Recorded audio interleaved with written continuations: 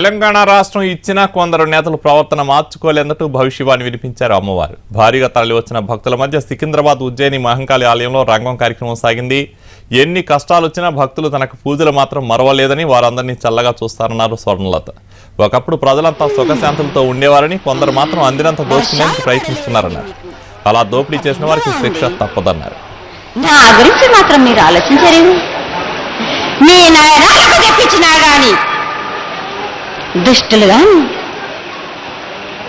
వారి మాత్రం ప్రవర్తన మాత్రం మార్చుకోరే. నా ప్రజలందరూ నన్ను నమ్మి నా దగ్గరకు వచ్చినందుకు ఏం కార్యక్రమం చేస్తారా బాలక?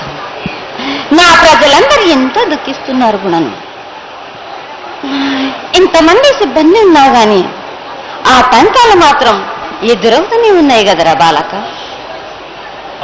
నా ప్రజలందరూ ఎన్నెన్ని ఆటంకాలు అడ్డుకుంటున్నా గాని నా కల్లారిలో మాత్రం నాకు పూజలు మాత్రం జరిపిస్తున్నారు. నా బాధ్యత కూడా నాదే కదా. నా కల్లారి సంతోషిస్తేనే కదా నేను కూడా సంతోషించాను.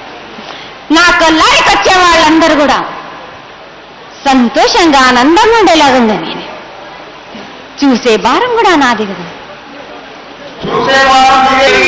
ఎంత చేసినా గాని నా కొల్లారి నింపుకొని నా ప్రజలందరికీ సుఖశాంతులతోటి ఉండే చేసే భారం ఉన్నది. వాళ్ళ ₹1 అయినా గాని నా ప్రజలందరూ సంతోషంగా ఆనందంగా ఉండేవారు బాలక.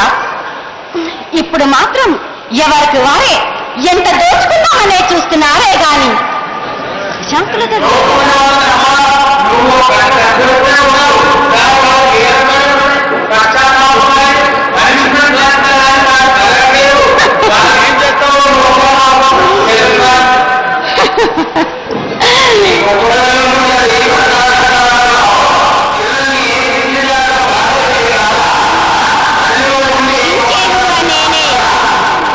రక్షించేది కూడా నేనే, శిక్షించేది కూడా నేనే.